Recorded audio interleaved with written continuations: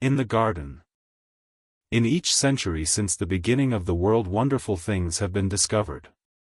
In the last century more amazing things were found out than in any century before. In this new century hundreds of things still more astounding will be brought to light.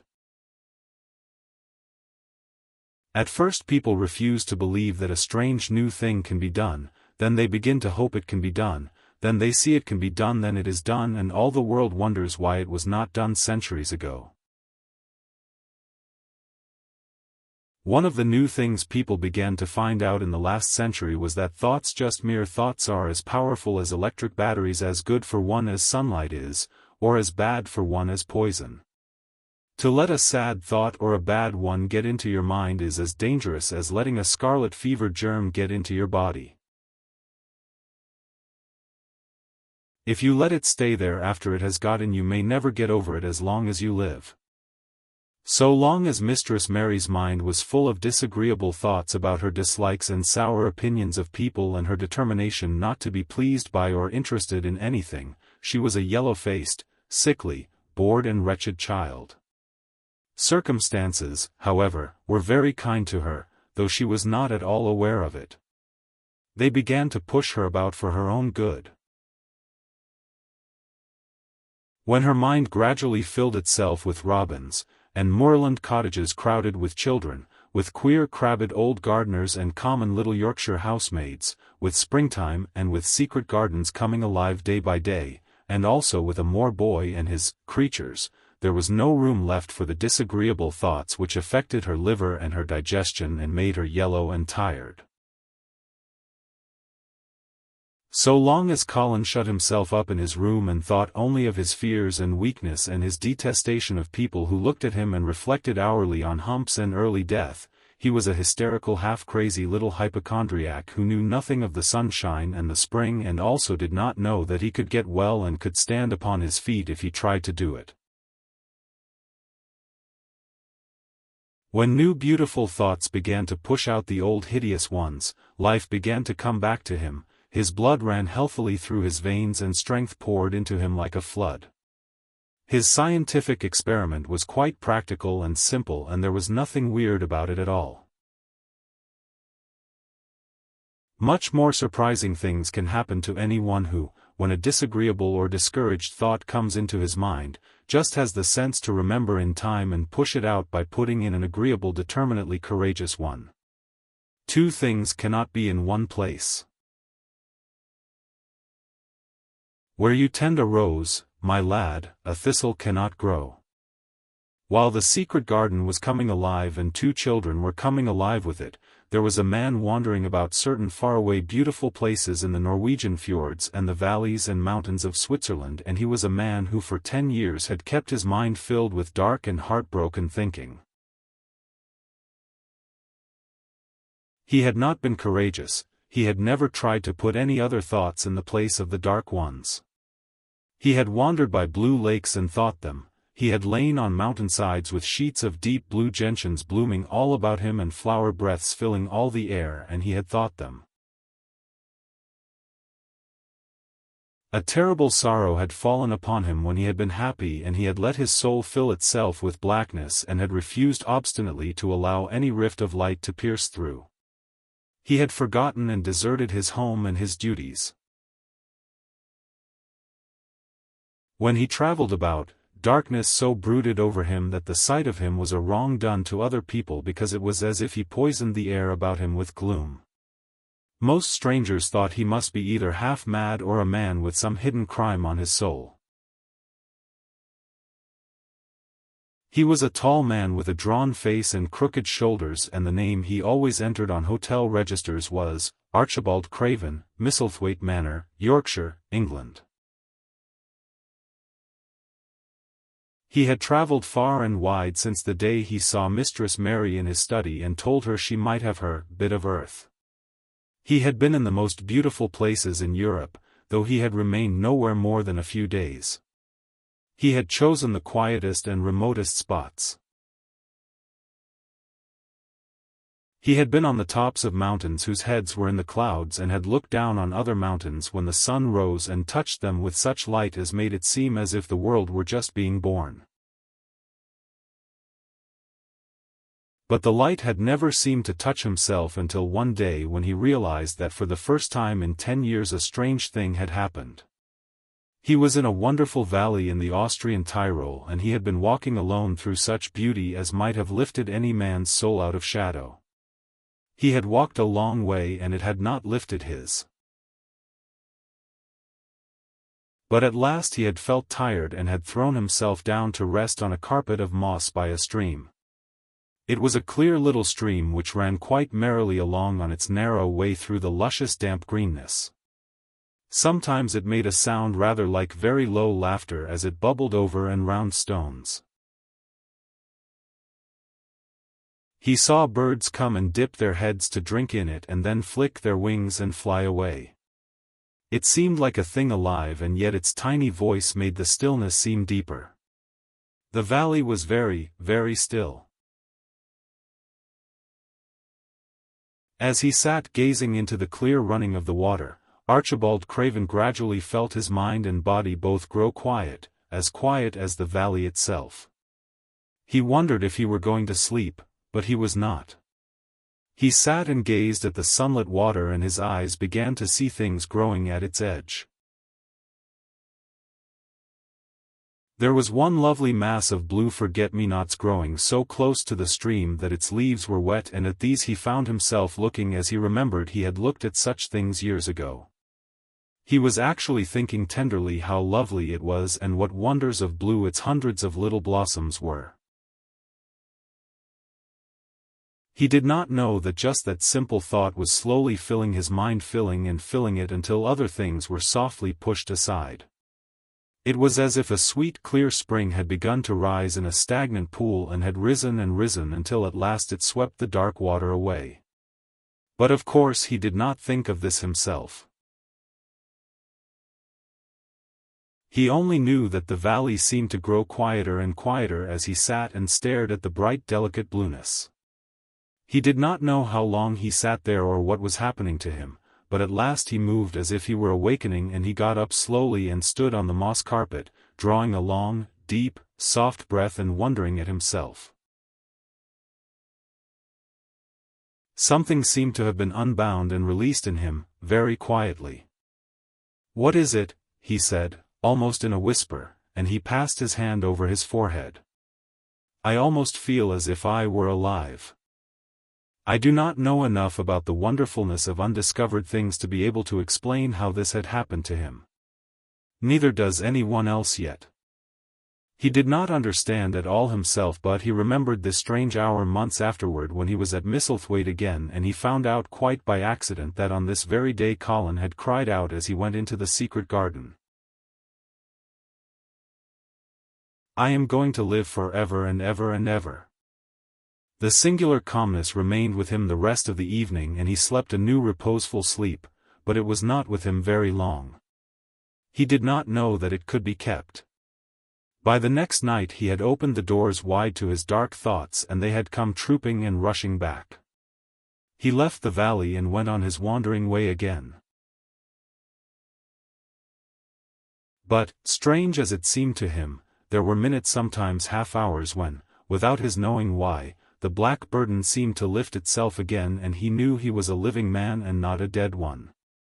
Slowly, for no reason that he knew of, he was coming alive with the garden. As the golden summer changed into the deeper golden autumn he went to the Lake of Como. There he found the loveliness of a dream. He spent his days upon the crystal blueness of the lake, or he walked back into the soft thick verdure of the hills and tramped until he was tired so that he might sleep. But by this time he had begun to sleep better, he knew, and his dreams had ceased to be a terror to him.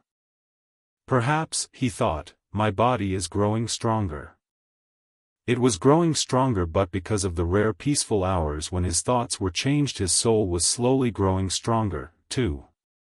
He began to think of Misselthwaite and wonder if he should not go home. Now and then he wondered vaguely about his boy and asked himself what he should feel when he went and stood by the carved four-posted bed again and looked down at the sharply chiseled ivory-white face while it slept and the black lashes rimmed so startlingly the close-shut eyes. He shrank from it. One marvel of a day he had walked so far that when he returned the moon was high and full and all the world was purple shadow and silver. The stillness of lake and shore and wood was so wonderful that he did not go into the villa he lived in. He walked down to a little bowered terrace at the water's edge and sat upon a seat and breathed in all the heavenly scents of the night. He felt the strange calmness stealing over him and it grew deeper and deeper until he fell asleep. He did not know when he fell asleep and when he began to dream. His dream was so real that he did not feel as if he were dreaming. He remembered afterward how intensely wide awake and alert he had thought he was. He thought that as he sat and breathed in the scent of the late roses and listened to the lapping of the water at his feet he heard a voice calling. It was sweet and clear and happy and far away. It seemed very far, but he heard it as distinctly as if it had been at his very side. Archie! Archie! Archie, it said, and then again, sweeter and clearer than before, Archie! Archie! He thought he sprang to his feet not even startled. It was such a real voice and it seemed so natural that he should hear it. Lilia's. Lilia's, he answered. Lilia's. Where are you? In the garden, it came back like a sound from a golden flute. In the garden. And then the dream ended. But he did not awaken. He slept soundly and sweetly all through the lovely night. When he did awake at last it was brilliant morning and a servant was standing staring at him. He was an Italian servant and was accustomed, as all the servants of the villa were, to accepting without question any strange thing his foreign master might do. No one ever knew when he would go out or come in or where he would choose to sleep or if he would roam about the garden or lie in the boat on the lake all night. The man held a salver with some letters on it and he waited quietly until Mr. Craven took them. When he had gone away Mr. Craven sat a few moments holding them in his hand and looking at the lake. His strange calm was still upon him and something more a lightness as if the cruel thing which had been done had not happened as he thought as if something had changed. He was remembering the dream, the real dream. In the garden, he said, wondering at himself. In the garden. But the door is locked and the key is buried deep. When he glanced at the letters a few minutes later he saw that the one lying at the top of the rest was an English letter and came from Yorkshire. It was directed in a plain woman's hand but it was not a hand he knew. He opened it, scarcely thinking of the writer, but the first words attracted his attention at once. Dear Sir, I am Susan Sowerby that made bold to speak to you once on the moor. It was about Miss Mary the first spoke. I will make bold to speak again. Please, sir, I would come home if I was you. I think you would be glad to come and if you will excuse me, sir, I think your lady would ask you to come if she was here. Your obedient servant, Susan Sowerby. Mr. Craven read the letter twice before he put it back in its envelope. He kept thinking about the dream. I will go back to Misselthwaite, he said. Yes, I'll go at once. And he went through the garden to the villa and ordered Pitcher to prepare for his return to England.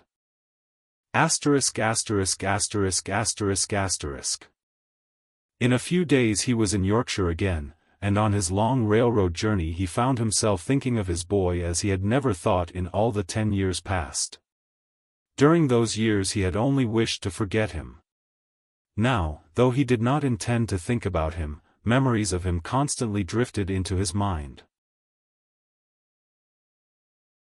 He remembered the black days when he had raved like a madman because the child was alive and the mother was dead. He had refused to see it, and when he had gone to look at it at last it had been such a weak wretched thing that everyone had been sure it would die in a few days. But to the surprise of those who took care of it, the days passed and it lived, and then everyone believed it would be a deformed and crippled creature. He had not meant to be a bad father, but he had not felt like a father at all.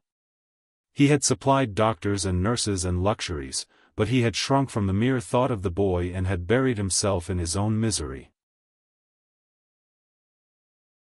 The first time after a year's absence he returned to Misselthwaite, and the small miserable-looking thing languidly and indifferently lifted to his face the great grey eyes with black lashes round them, so like and yet so horribly unlike the happy eyes he had adored. He could not bear the sight of them and turned away pale as death.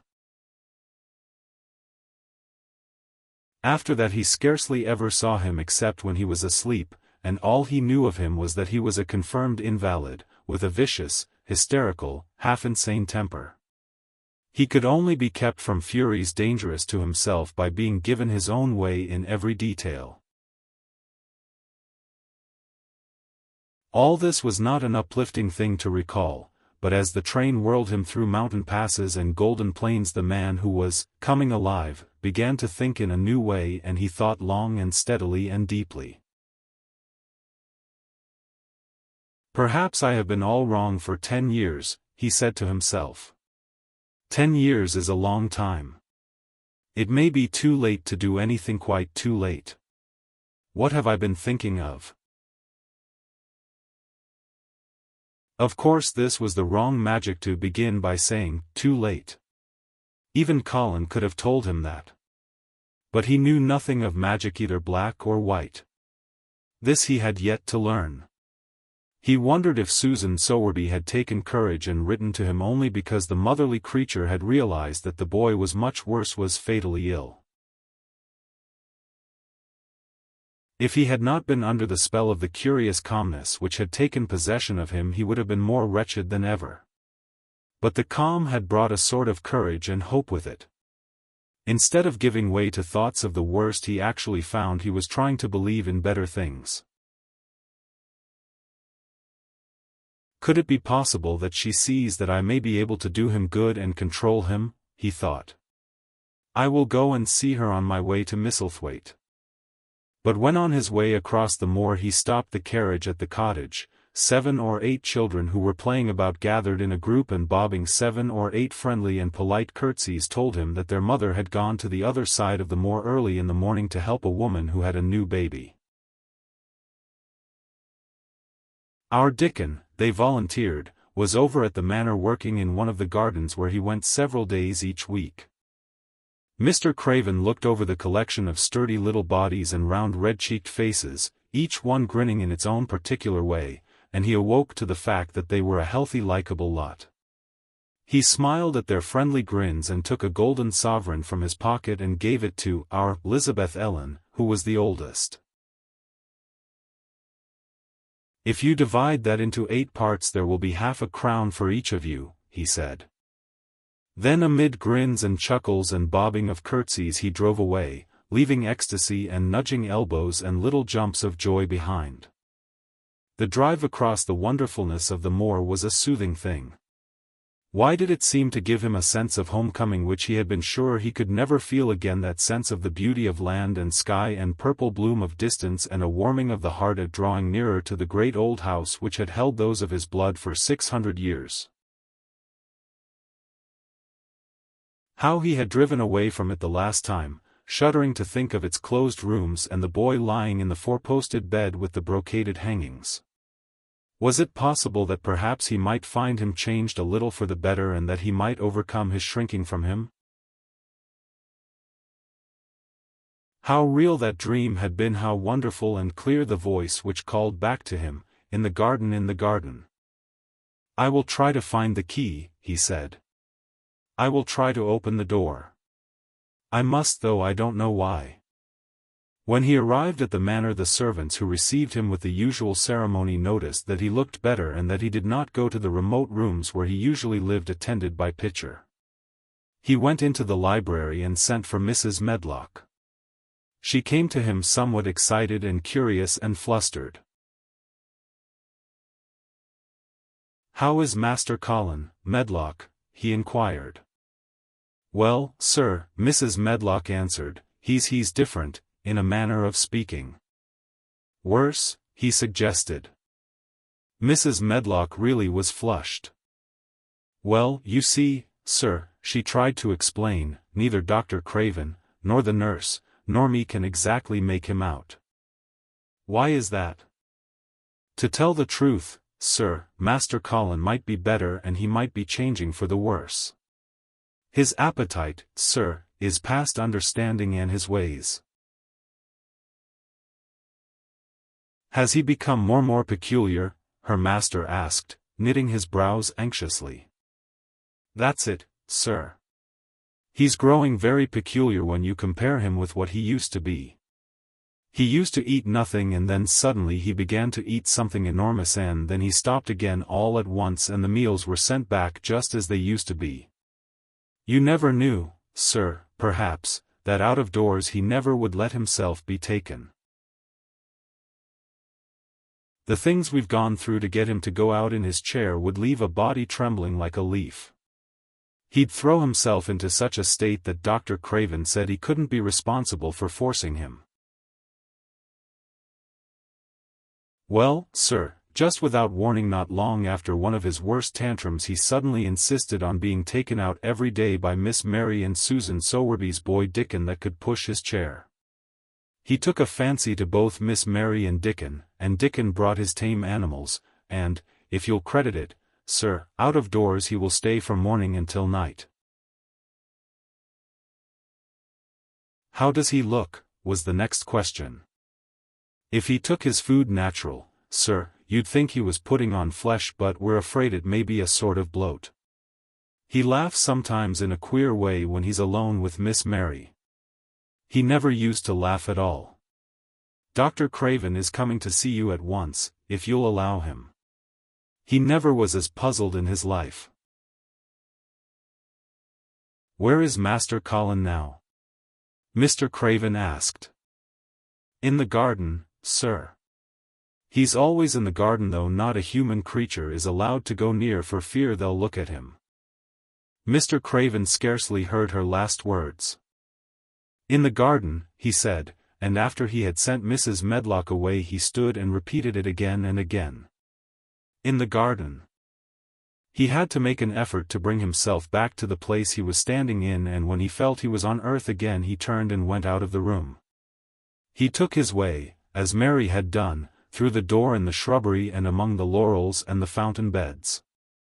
The fountain was playing now and was encircled by beds of brilliant autumn flowers. He crossed the lawn and turned into the long walk by the ivied walls.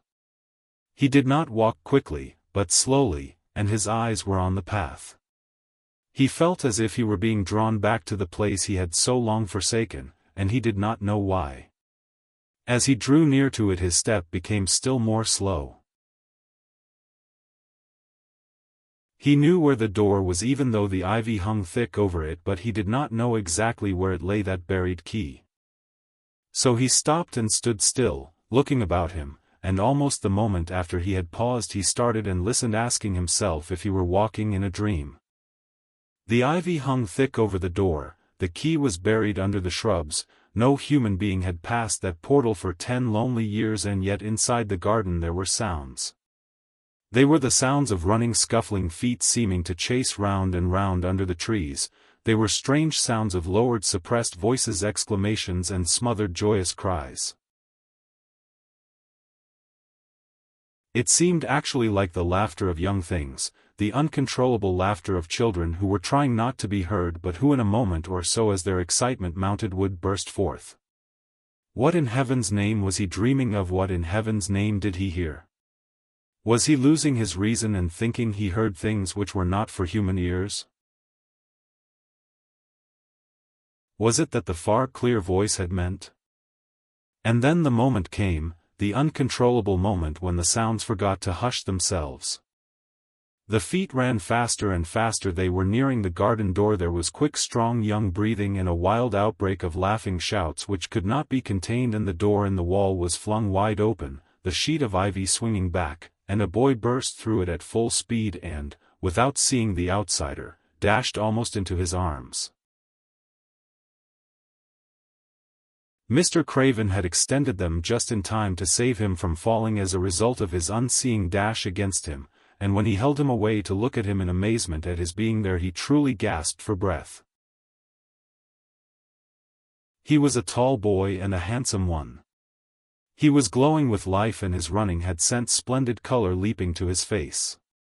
He threw the thick hair back from his forehead and lifted a pair of strange gray eyes full of boyish laughter and rimmed with black lashes like a fringe. It was the eyes which made Mr. Craven gasp for breath. "Who what? Who?" he stammered. This was not what Colin had expected. This was not what he had planned. He had never thought of such a meeting. And yet to come dashing out winning a race, perhaps it was even better.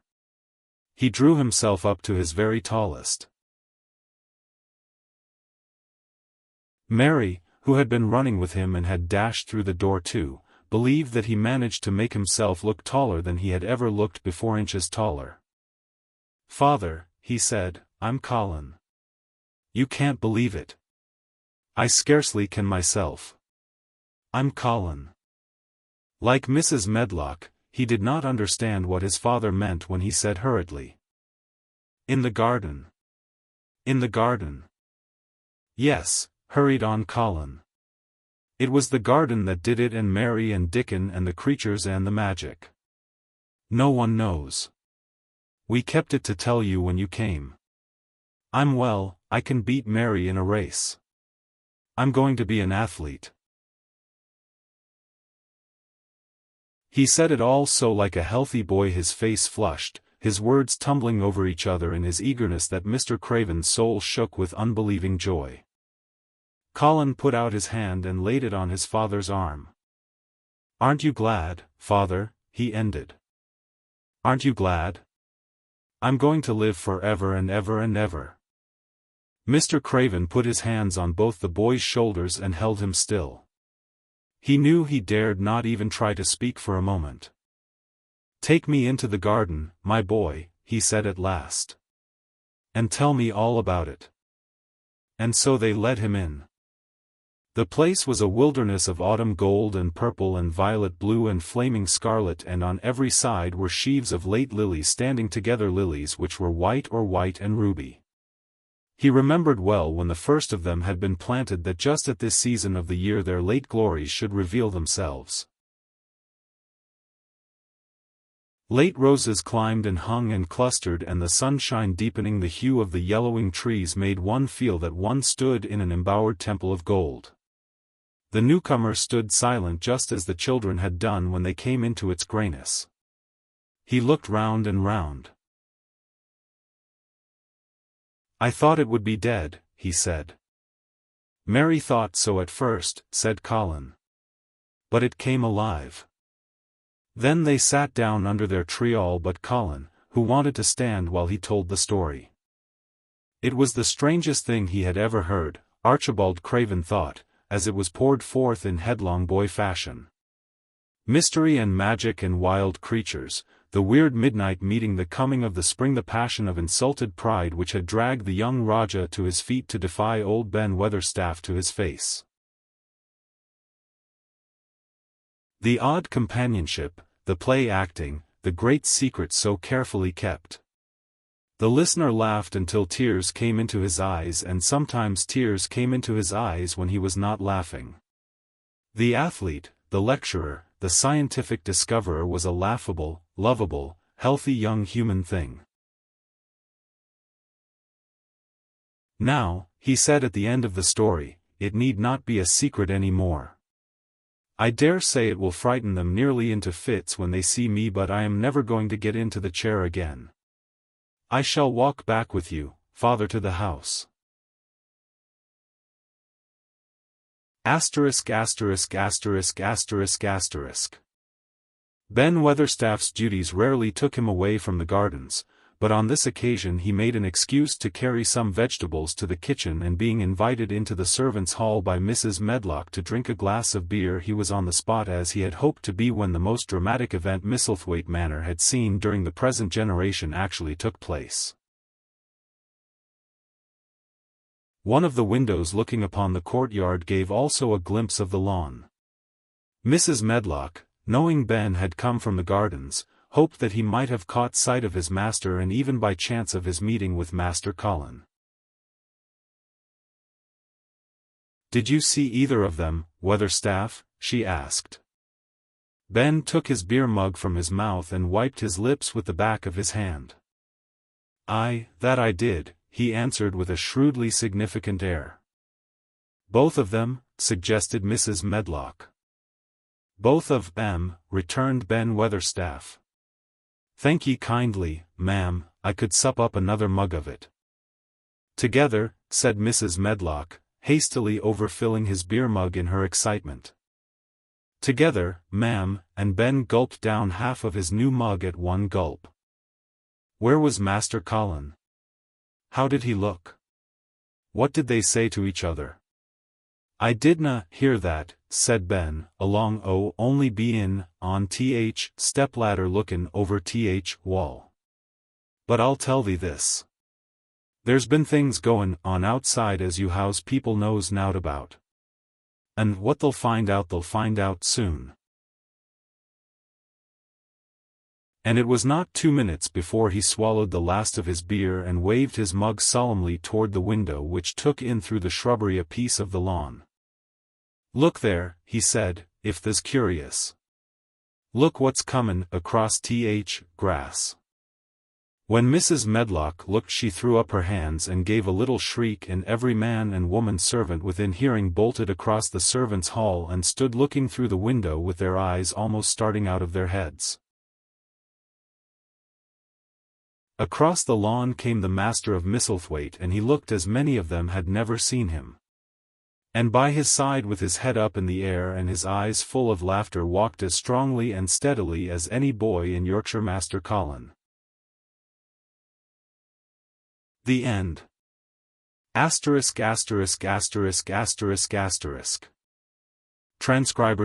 ************************************************************************************************************************************************************************************************************************up An exclamation point was added to Chapter VI's title to match the text. There was. Page 34, quotation mark added. India, said. Page 62, apostrophe added to an. Readin' an. Page 101, quotation mark added. Come tomorrow. Page 117, comma changed to period. She ventured. Page 163, extraneous quotation mark removed. The gardeners? Page 216, it changed to if. Wondering if he. Page 262, illustration, closing punctuation added. Wide smile. Page 272, period added. He said. Page 284, apostrophe added. Dickon. An. Page 318, every, changed to very. Very easily. Page 330, eggs, changed to eggs, to fit rest of text. Injurious to the eggs. End of Project Gutenberg's The Secret Garden, by Frances Hodgson Burnett.